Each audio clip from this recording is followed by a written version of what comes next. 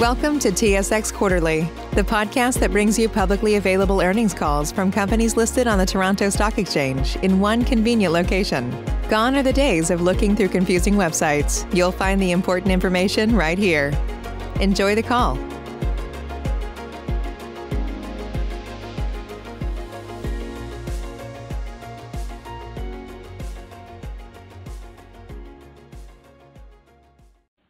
Welcome to ONEX third quarter 2021 conference call and webcast. During the presentation, all participants will be in a listen-only mode. Afterwards, we will conduct a question and answer session with pre-qualified analysts. At this time, if you have a question, please press star then one on your telephone keypad. If at any time during the conference you need to reach the operator, please press star then zero. As a reminder, this conference is being recorded. I would now like to turn the conference over to Jill Humanek, Managing Director, Shareholder Relations and Communications at ONEX. Please go ahead. Thank you. Good morning, everyone, and thanks for joining us. We're broadcasting this call on our website. Hosting the call today are Gerry Schwartz, our founder and CEO, Bobby LeBlanc, ONEX's President and Head of ONEX Partners, and Chris Govan, our Chief Financial Officer. Earlier this morning, we issued our third quarter 2021 press release, MD&A, and consolidated financial statements, which are available on the shareholder section of our website and have also been filed on SEDAR. Our supplemental information package is also available on our website. As a reminder, all references to dollar amounts on this call are in U.S. unless otherwise stated. I must also point everyone to our webcast presentation for our usual disclaimer and cautionary factors relating to any forward-looking statements contained in today's presentation and remarks. With that, I'll now turn the call over to Gerry. Thanks, Jill. Good morning, everyone, and thanks for joining us today. Q3, I am very happy to report, Q3 was a strong quarter for ONEX with continued performance across all our businesses. In our very important investing segment, net asset value per share ended the quarter at US $86.95. It grew 8% in the quarter. If you exclude recent quarters impacted by the pandemic, this was actually our highest rate of growth since 2013. Across our platforms, we're executing on opportunities with accelerated pace, and we still see lots of potential ahead. The strategy we presented at our recent Investor Day resonated with shareholders, and we feel confident in our plans and ability to deliver. As Bobby said, we have the right people, strategy, and culture to be successful. As I reflect on the year that's almost over, I'm proud of what our team has achieved. The level of activity across the organization has been impressive, as is the energy and enthusiasm for evolving and growing our business. We have made significant progress over the past year, strengthening our team and expanding our platform. I'm excited about what lies ahead. We're committed to delivering strong performance across all of our key metrics, including the new financial measures that we introduced at Investor Day. Results like we reported today are an endorsement of our ability to drive long-term shareholder value, just as we have always wanted to do. We look forward to more opportunities to engage with you. In the meantime, we thank you again for your continued support. And with that, I'll now turn it over to Bobby for more on the quarter. Thanks, Gerry. Earlier today, we reported segment net earnings per share for Q3 of $6.59 and net earnings per share of $6.76. It's been a very active period with good progress across all of our businesses. As Gerry mentioned, it was a strong quarter with investing capital per share growing 8%. It's up 18% year to date and 30% over the last 12 months. Gross private equity returns for ONEX were 11% in the quarter, 25% year to date, and 42% for the last 12 months. Year to date, ONEX Partners 4 and 5 returned 35% and 18% respectively. and our on-cap funds returned a collective 19%. We generated $76 million of carried interest in the quarter, with continued strong contributions from OP4 and OP5. We ended Q3 with $271 million of under-realized carried interest. Through our private equity platform, we've deployed a total of $3 billion of ONEX and third-party capital year to date, which is already a record for the most capital deployed in any year in our history. This number includes OP5's recently announced investment in Fidelity Building Services Group. We also recently completed an investment in Wealth Enhancement Group, an independent U.S. wealth management firm, and a sector we've studied for several years. With these two investments, ONEX Partners 5 will be 73% invested. As we mentioned at Investor Day, we expect to begin fundraising for OP6 in the first half of next year. Realizations have also been strong and are well ahead of pace relative to 2020. In total, we've realized $3 billion year to date, with proceeds to ONEX of $1.2 billion. Our most recent realization was on-cap sale of Bradshaw Home. It was an impressive investment, generating a gross MOIC of 6.6 times and a gross IRR of 26%. We also sold our remaining stake in Jeld-Wen, resulting in a gross MOIC of 2.9 times and a gross IRR of 20% for our 10-year investment. We're seeing good opportunities for deployments and realizations across the platform and expect activity to continue throughout the remainder of the year. Within ONEX Credit, we recently priced the reset of CLO 10, originally issued in 2015. It was a successful deal, attracting a broad group of investors. Importantly, it was the first CLO issued with a portion of its debt tied to the new base rate, SOFR. This is in advance of LIBOR being phased out for all new loans and CLOs starting in 2022. It was a critical milestone for the industry and strong evidence of our leadership in the CLO space. Last month, we also priced US CLO 22, raising $550 million of fee-generating AUM. ONEX retained just 11% of the equity, with the remainder going to 5 other equity investors. 4 of these were first-time buyers of ONEX new issue equity. We now hold less than 70% of total CLO equity, with plans to further decrease holdings over time.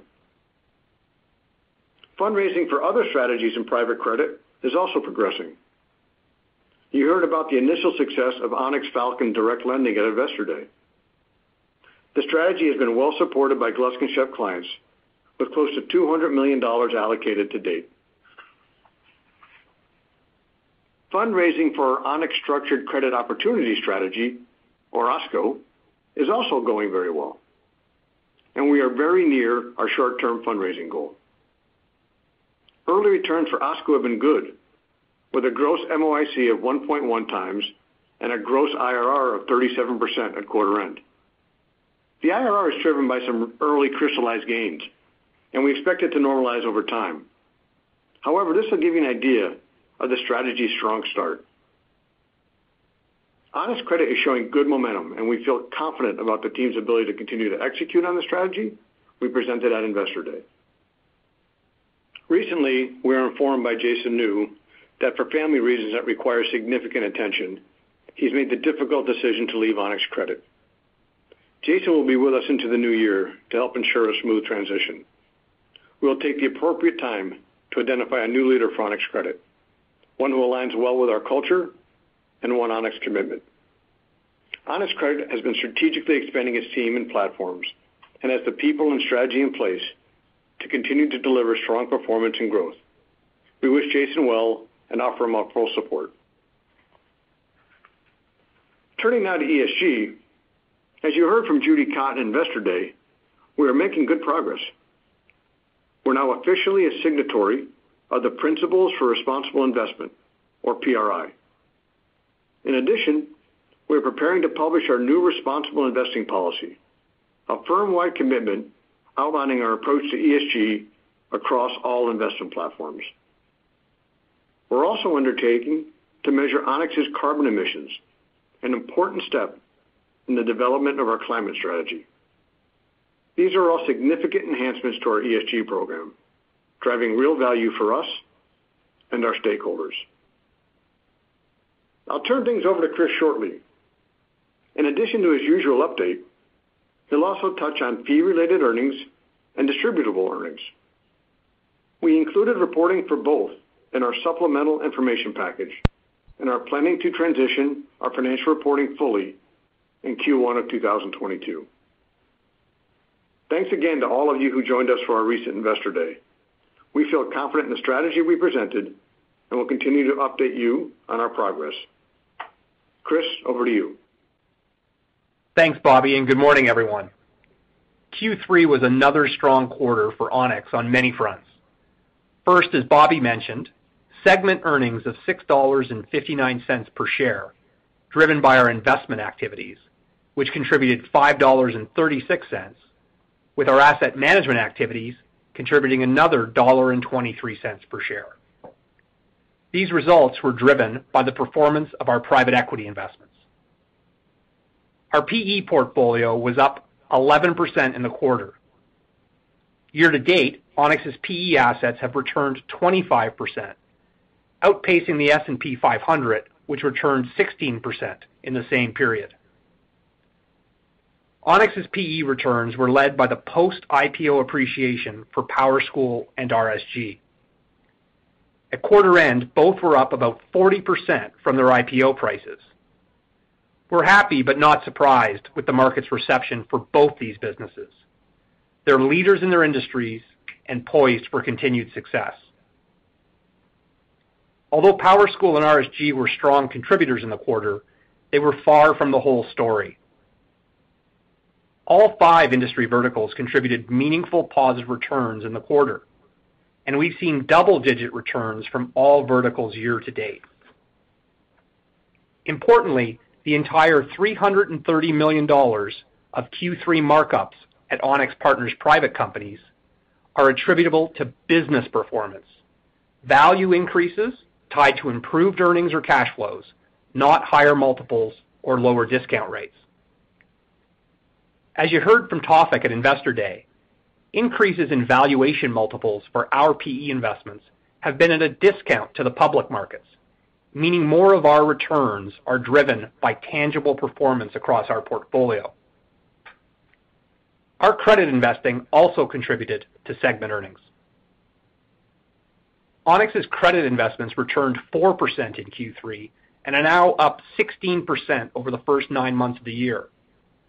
Most of the value increase in the quarter came from our CLO investments. Strong performance is also helping us develop the new CLO investor relationships Bobby alluded to, which in turn are allowing us to reduce the capital intensity of the CLO business, an objective we signaled a year ago. As discussed at Investor Day, we want to reduce the capital intensity and increase the return on capital for all our asset management platforms.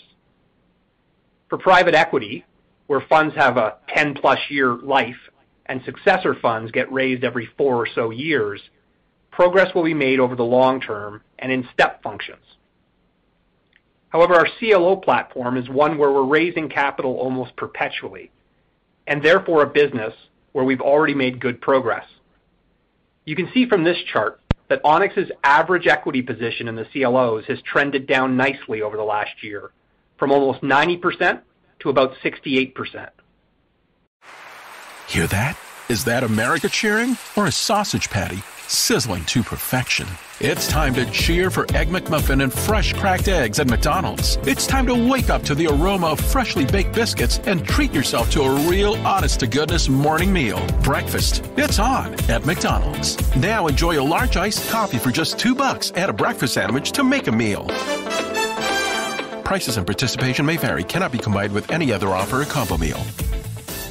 The stockings are hung and the shopping has begun. This holiday season, shop Cincinnati favorite gift cards at Kroger. Grab a gift card to La Rosa's and enjoy a warm slice of pizza, or snag a gift card to Grater's and treat yourself to something sweet.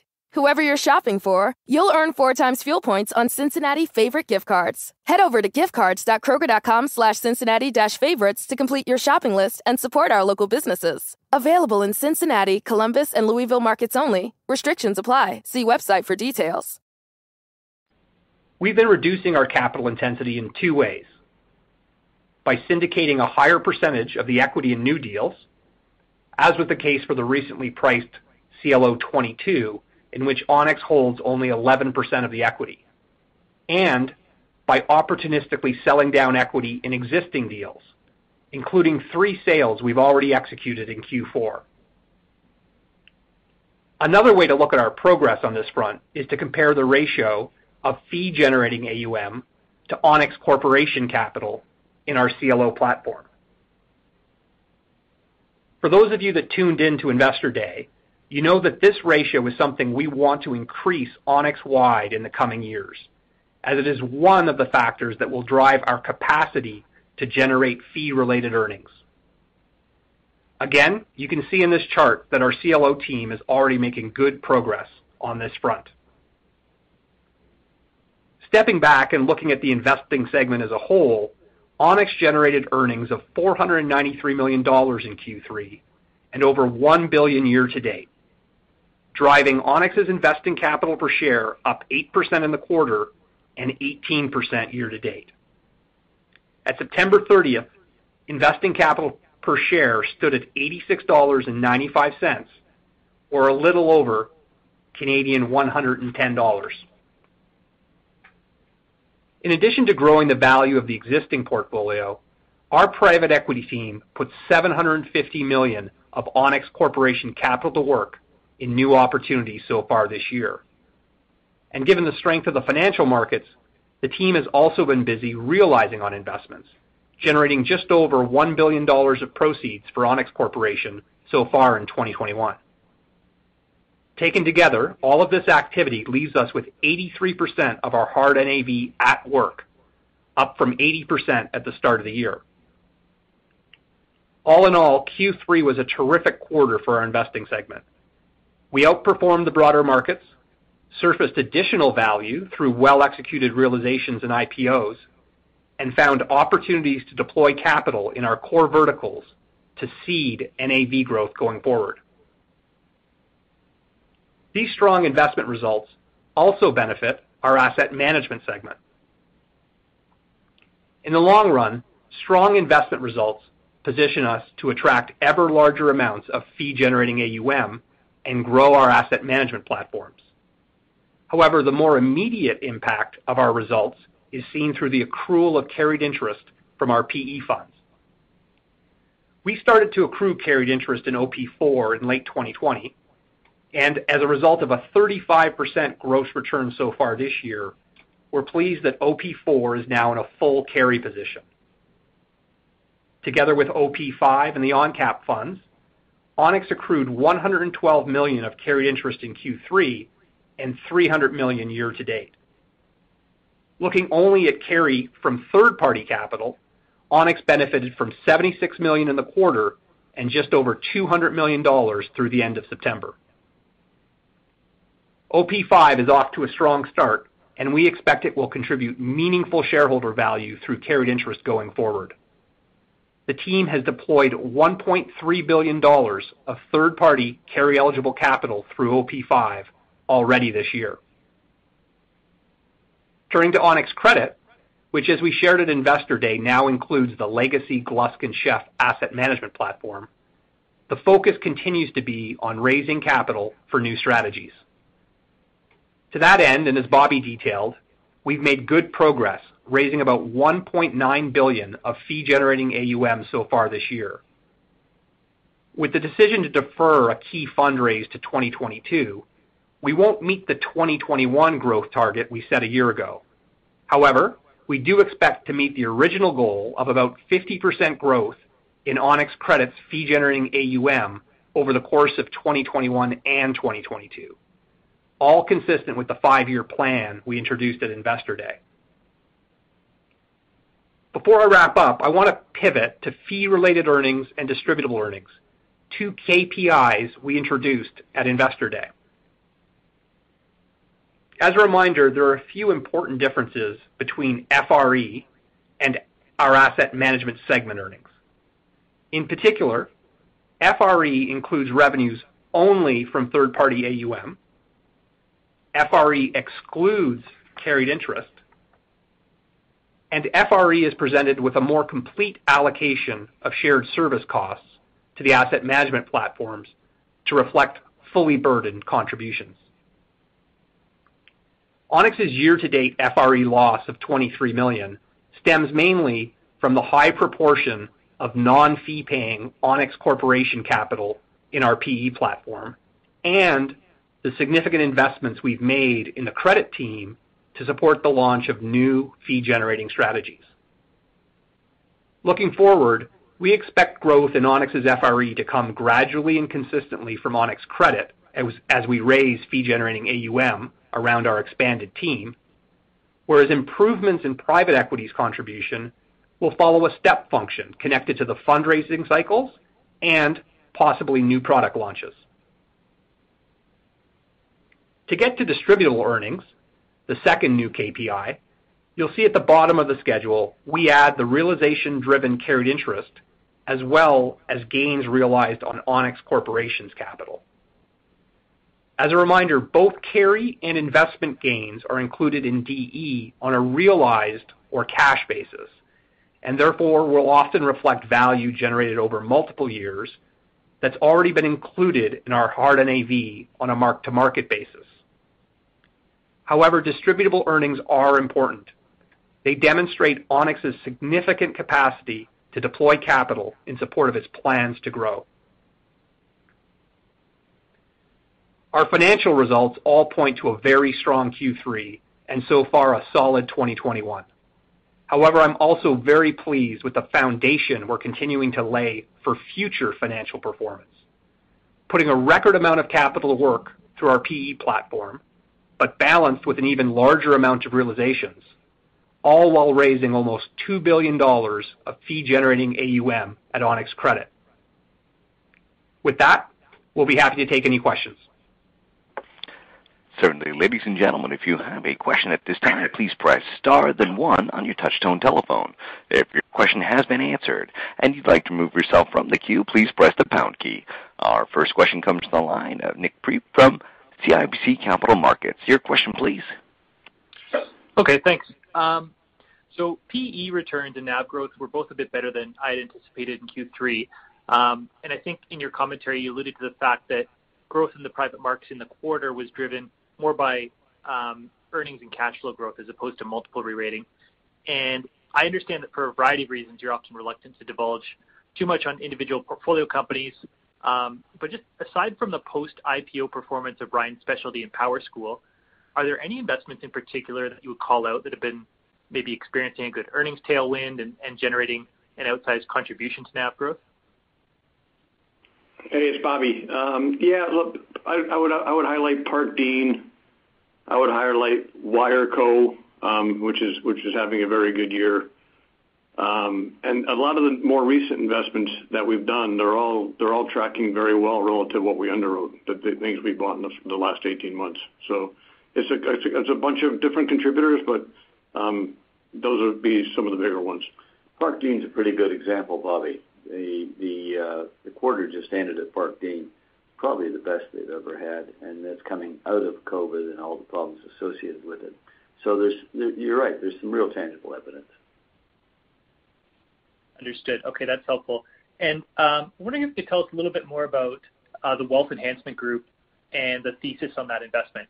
So it sounds like it's an RIA roll-up strategy. Just wondering if you could tell us a bit more about what appeals to you and your plan to create value there as a control investor on a platform like that.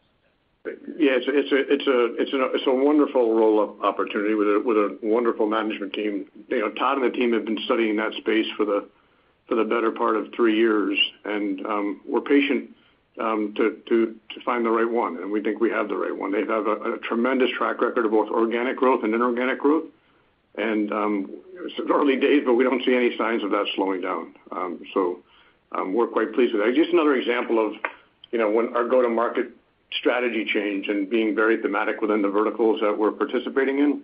That was a great example. That has been one of the three themes that the FIG team has been trying to figure out a way to deploy capital. They serve sort of the lower end of the wealth management market, sort of the $1 to $5 million sort of average ticket size, which, as I'm sure you know, is there's plenty of people in that category and plenty of businesses to roll up. Okay. And then just one of the broader macro themes that's been unfolding this year has been labor shortages and certain supply chain issues. Are there any companies within your portfolio that might be kind of uniquely exposed to some of those challenges? Yeah, where we're seeing the most challenges is businesses that sort of have a labor pool that are making in the $15 to $25 an hour range. It's been hard to get people to stay employed at those jobs. It's hard to recruit into those jobs. And, we need to manage through it. But that's really where we're seeing the brunt of labor inflation within our own portfolio. Yeah, okay. All right, fair enough. That's it for me. Thanks for taking my questions. Thank you. Thank you. Our next question comes from the line of Scott Chan from Canaccord Genuity. Your question, please. Good morning.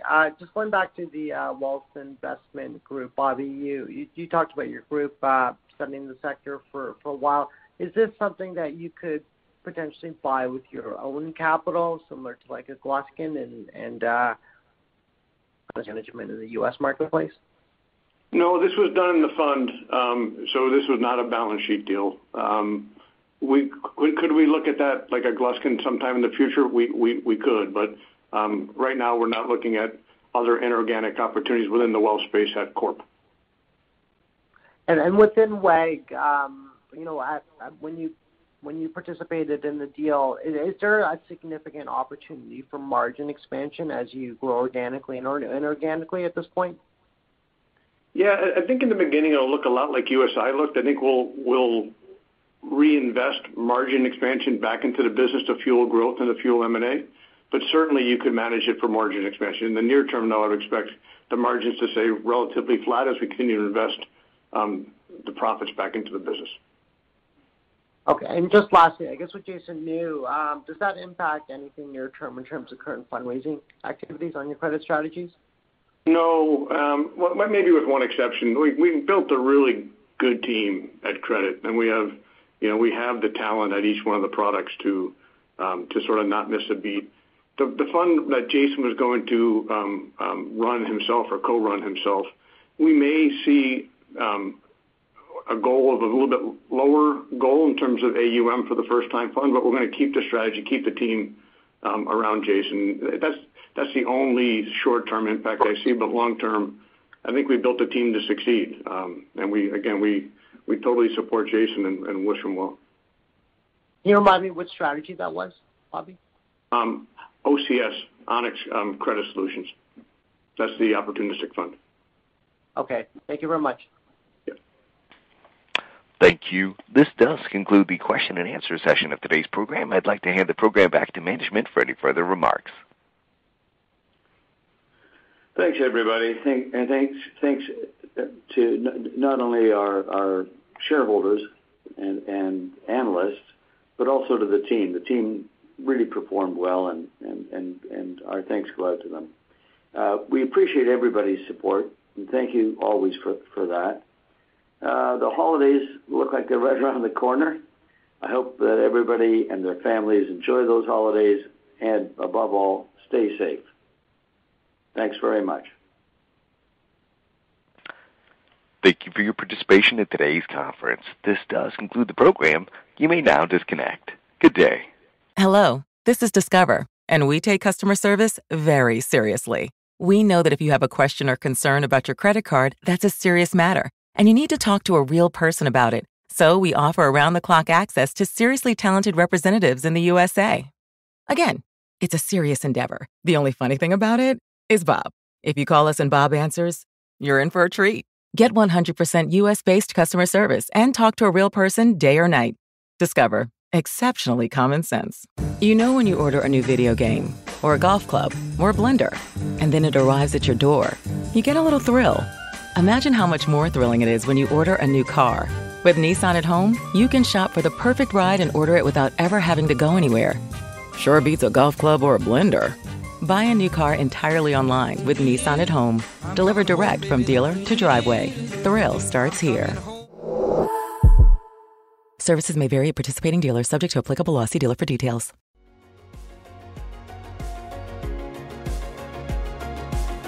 Thank you for listening to TSX Quarterly. If you enjoyed the cast, remember to leave a good rating. And remember, for any additional inquiries, please consult the company's investor relations section on their website. See you next time.